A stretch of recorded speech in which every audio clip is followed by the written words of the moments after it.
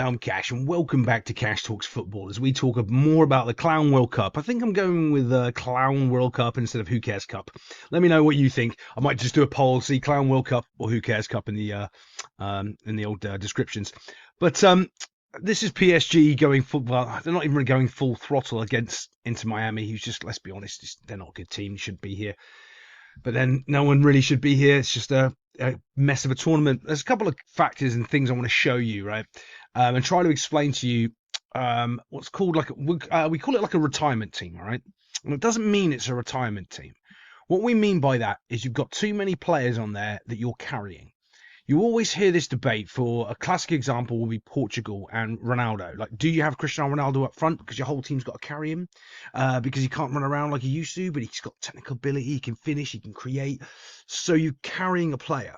On what we call like a retirement team would be, you're not just carrying one, you might be carrying up to 4 players. They can't get around the field like they used to. They might have some quality and ability to win in your league, in the league that they're playing in, but ultimately when they play against a full team that isn't carrying any players or carrying any dead weight, they just cannot compete. And I'm going to show you a lot of those things today. But also as well, I want to show you that from this kickoff here, right? So we've got this kickoff and he just smashes it down the field. And it completely baffles the commentators. They're just like, oh no, what's going on? So if we move it forward ever so slightly, let's see if I can do it without messing up. Goes out for a goal kick. And of course, they don't understand it. It's the first, like, oh, that's a strange. No, it's not. They know Inter Miami are going to try to play out.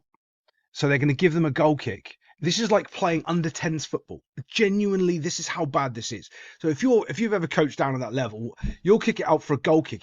It's better than having a corner because the other team can't kick the ball properly. So if you give them a goal kick, they can't get out of their own half. Right, this is genuinely under 10s level football. This is what's going on here, and this is the Club World Cup. You kick it out because what Inter Miami are going to do, they don't have the ability to knock the ball long, hold it up, and do the things, and they're just going to try to play it out at the back. And PSG are like, yeah, go ahead. We're just going to press you. We're not carrying any players. All our players can run, and we're going to rob the ball off you. This is under 10s football, now played at the highest level in the world. It's embarrassing because the goalkeeper can't knock a ball long to a striker who can't hold it up because they can't do it. And you're going to go, oh, but they can catch. No, they can't. They're going to say the system is, no, they can't do it. I'm telling you, if they could, they would, because what they're about to do, playing it out of the back is the thing that they're doing because they can't do anything else. And that is, you can go through multiple reasons. They don't have the technical ability to actually do it and the tactical ability to understand it. They're playing a system that Javi Mascherano is trying to get them to play that they can't do. Like, it's all nonsense. It's all nonsense. It comes down to players coaching that haven't really coached and gone through. They've done their licenses, but they haven't got the hours and hours and years of coaching to see why things are done and why things are not done. You pass it out of the back when you can because you've stretched the field because you've knocked it long.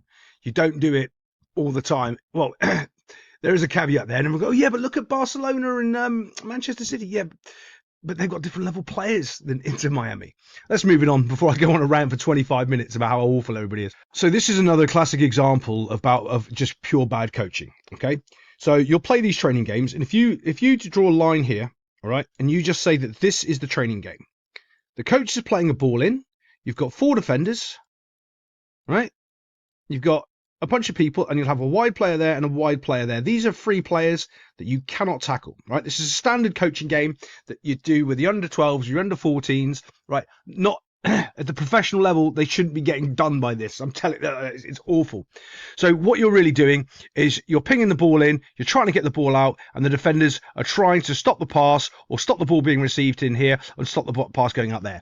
There is no way that this should happen this simply. But these guys aren't coached properly. They're all holding their shape, and they don't know that these players here need to be marked. You can see, look, you've got 2 players completely and utterly unmarked. So when this ball's fizzed in, bam, look, they go to squeeze it, but can you see how they're squeezing it incorrectly? Look at him. He's facing this way. He's not actually helping. As soon as he stepped forward, he should be coming back here to cover this space. Can you see this gap? Now, they don't score from it, but they have an opportunity. But because he doesn't understand what he's doing, he's opened up this massive gap right here where he should instantly be rolling to recover here for his teammate there. So then they can apply pressure, and you've still got numbers in the middle. So when the cross comes in, you're fine and there's no space actually to give it up. I mean, these guys just don't know what they're doing. Like, the more I get so frustrated because I'm looking for other adjectives to say, like, they're terrible, they know. But every week when I'm starting to do more and more reviews, I just see more and more just complete unprofessional behaviour. Look, the ball goes out here. Now, he should have been on his bike to pressure him, but again, doesn't really have the legs to get out there at this level, because in the professional ranks there are different levels, right?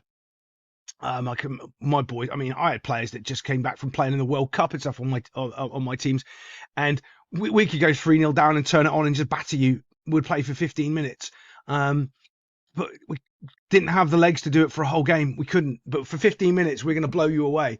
But you can see, like, this is a similar situation here, because if this was like in the Champions League, look where the ball is, look where the player is. He is getting to that ball. He is getting there. Look how slow that jog is. And look at the rest of the movement. That block of floor has stayed the same. They've still left a pocket of space, and they've still left this massive, massive gap there, completely unaware what's really going on. As he's made his run in, look, you can see if he's actually got a little bit of vision, he's playing the ball there, and that's just a simple goal. Absolute simple goal. When they review this, they're going to go, "Ooh, how did we not see that?" He ends up taking it in and being a little a bit of a melee. But again, this centre back needs to come over and cover this space.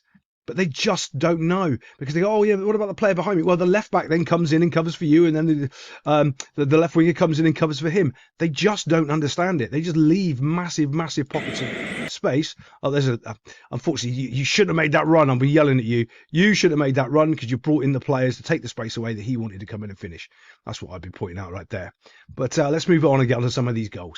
I think it was old Don Hutchinson on the commentary, and I do like Don. Not like you think. I think he's very, very simple in his takes in football, but he's like the honest man in football commentary. He says, like, well, they should have done that, and everyone's trying to be all sort of, over analytical and trying to act that they're smarter than they are. And I do like the fact that he's not the best on commentary, but he knows who he is, and he doesn't pretend that he's somebody. He's not Gary Neville. But right. So I want you to look at all of the Inter Miami players and tell me which way they're all facing. Right. Not one player is actually looking to see if there's anyone behind them. They're all just focused on the ball. Do you remember when I said this was under 10s football? It is. It's under 10s football. This is what under 10s would do. Nobody would notice that there's a player completely and utterly free. Now, this is key as well, because when I do breakdowns of PSG in the Champions League next season, I want to see if they do the same thing. This is an interesting free kick, by the way. I like this. They've got two players to stand offside. These two are non-motion players, right? They are not going to interact with the game whatsoever. However, these two are. These are the runners. These two are just trying to create space and trying to get these guys to focus on them, which is the most moronic thing. All they need to do is watch the players making the run. Right? If they do that, this isn't a goal. Watch what happens. As we move it forward, oh my God, I had to stop it because someone's put their hand up. And we know in the next 5 seconds, someone is about to score a goal because someone's telling somebody what to do. Yes, brilliant. Puts the cross in, bang, in it goes. Free run to the back post. Absolutely unmarked. Yeah, it's terrible.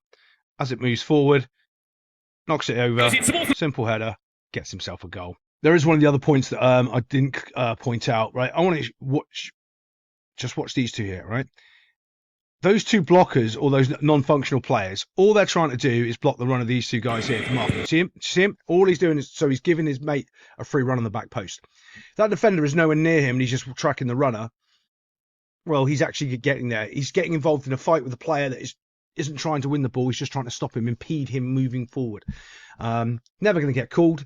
If you've ever played with, I'll tell you if you, so I played a lot of football in Yank, and a lot of players that play basketball try to play soccer, and what happens is they do they mark you like they're marking in basketball, and they do that, put your hands around people. A lot of people in the Premier League do it. They get really close and tight, and they're not aware of their surroundings or what's really going on. They're so focused on you as the player, they're not noticing that you're just a decoy and the other guy's doing the job. That's what's happening just here. I'm actually going to show you this because this is one of the only times I've seen a step over actually executed correctly in the last sort of 5 years, 10 years. Look at his hips, right? This is I always talk about shoulders and hips. If you want to fake somebody out, you pretend you're punching them and you'll see them move, shoulders and hips. Look at where his shoulders are and look at where his hips are. You can see they're not exactly aligned. His hips are facing ever so slightly that way.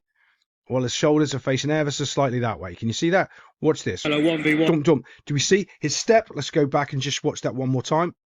See if I can find it. This is a bit better. They're in line right now. Can you see that? It's not even that slightly. He's slightly turning with his hips inwards. Can you see that? His shoulders are facing absolutely.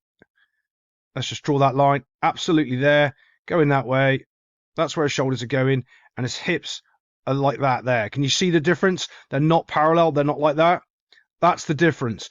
When you see people standing still, they stand like that and they do all these little foot movements. They never beat the player. But this is perfect. Hello, 1v1. Dump straight over. As he puts that foot down, he's able to push off that standing foot, go straight past the player. It doesn't even matter if the player's there or not. It doesn't make any difference because you've executed it correctly. Gone past him like he's not there. Well, so I was talking at the start about Inter Miami trying to play out of the back and they just can't do it. So that's why they kick the ball. They just had to think, give it to him, have a goal kick. We're playing under 10s football. That's exactly what we'd do. See if they can play out the back, and they can't. Now, here's the problem, because there's no goal that's scored from this, but the next goal is scored because of this. Simply right here, this ball needs to go long and go away. Look at how much time he's on the ball there. Do you see that?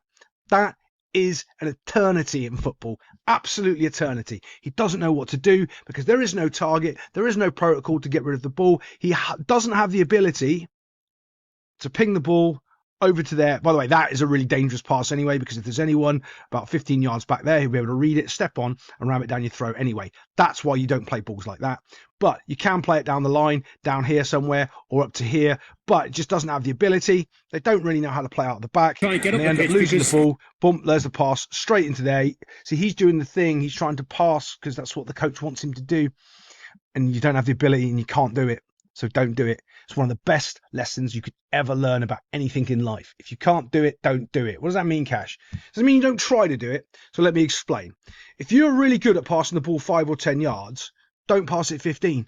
Make sure you always pass it 5 or 10, 5 or 10, 5 or 10, until you're so good at 5 and 10, then you can pass it 15, 10, 15, 10, 15, and you build and you build and you build. If you can't pass it 15 yards and you keep losing the ball, well, no one's going to want you on your team anymore. It's the same with anything. If you can't quite get that contract at work, but you can get the other ones, keep doing the other ones, keep doing the other ones until you can get that next one, till you can achieve that next thing. But keep going and keep going and keep going and keep going, and then you get to the next part. If you just keep going for that one and you keep failing, you get disheartened because you keep failing and then you give up. No, just do what you can do. Just do the right things, keep building up that, and then go to the next one, and then build up that, and then go to the next step. And that's how you build slowly with your success. But yeah, let's move it on. Oh my God. Right, so this is the next goal. There's a couple of things I want to point out. There's a player telling somebody what to do. Can anyone guess what's about to happen in the next 5 seconds? Anyone? Have a guess. So you're in a position here where you've got the football. You're playing against a team that's better than you, and they've got 1, 2, 3 players pressuring you, even though it's a free kick. Okay, right? Even though it's a free kick. So as we move this forward just a little bit, look, he has to go long. Can't see it, or not coached it, or not allowed to. That's the pocket of space he wants to play it into. Into that player, he can knock it back there, keep possession, and move out. They cannot see it. They cannot see that pocket of space or understand it, or have the technical ability to pass the ball up there, him to actually receive the ball. I think it's Messi actually receive the ball and not have the defender win the ball first, because the defender's probably quicker. Instead, he decides to play the ball back to his poor would-be centre-back, who gets mugged. I'm going to show it from the other angle, because this is okay, but it's not as good as the other angle. I'm not going to show you both. Just knocks it back casually, and look, here comes the cavalry. 5 players charging, stood still. No one sort of trying to recover and help. Okay, so this is the speed of play, all right? And this is what a lot of people don't understand, what speed of play is. They talk about it, they use those phrases. The speed of play is the ability to receive the ball and play it, okay? It's that I always do, that tap, tap, tap, tap, tap, tap, tap, tap. He's received the ball, he's got it on his foot, you can see he's got his head up, you can see he's looking at that pass going, I can't pass it there, because he's getting pressured, doesn't have the vision to play it there, can't see it, doesn't know what to do, and then what happens? Hesitation. What do I do now? Trying to do a little drag back thingy, and you're done. You're absolutely done. There's a different standard that he's not used to playing against, and he doesn't realise that now he's just cost his team a goal. Completely done. Boom, mugged, and in they run. Now, if you remember the passing patterns from one of my warm-up drills, third man running down the field, he's just won the ball.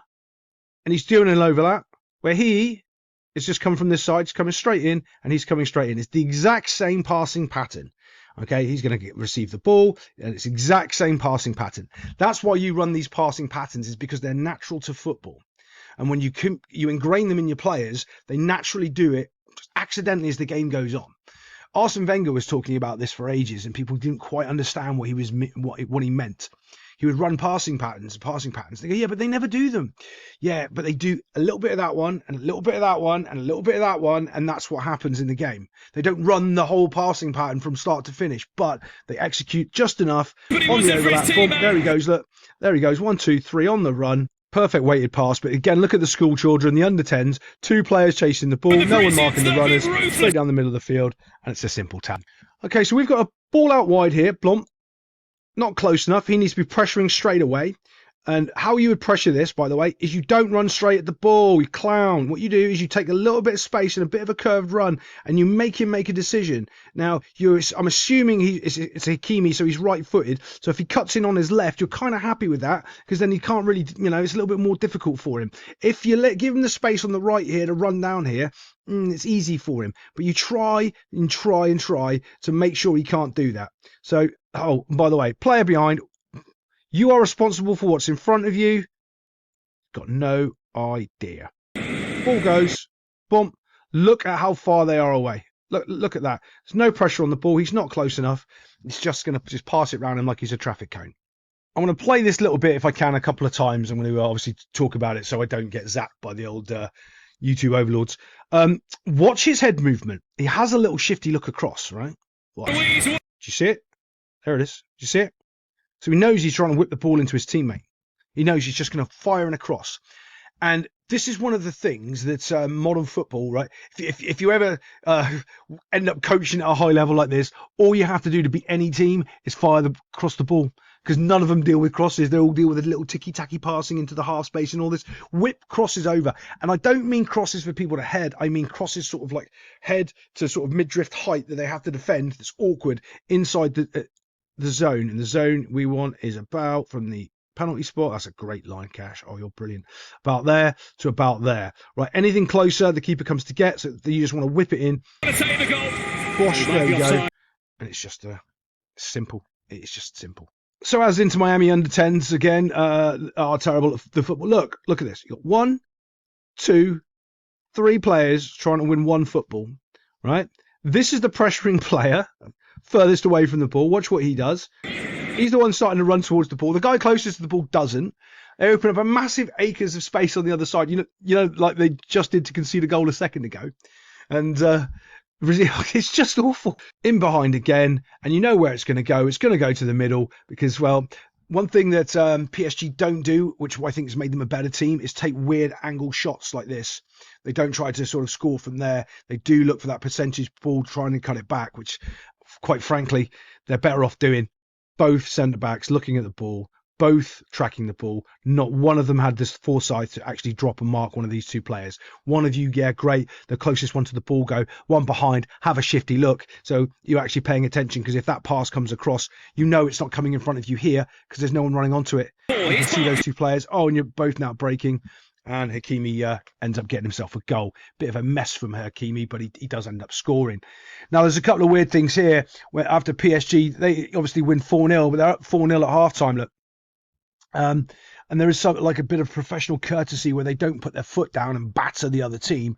That happens quite a lot in sports. You just don't do it. There's no need. You're winning 4-0. That we've got the game, and you're already through to the next round. You don't need to go and get 5-0. There's no reason for it. You're only going to hurt your team or get an injury or do something silly. Those days have gone where you just keep going and scoring. League game, you might have that happen, but in a tournament like this, not so much. Other than that, I'll see you next time on Cash Talks Football.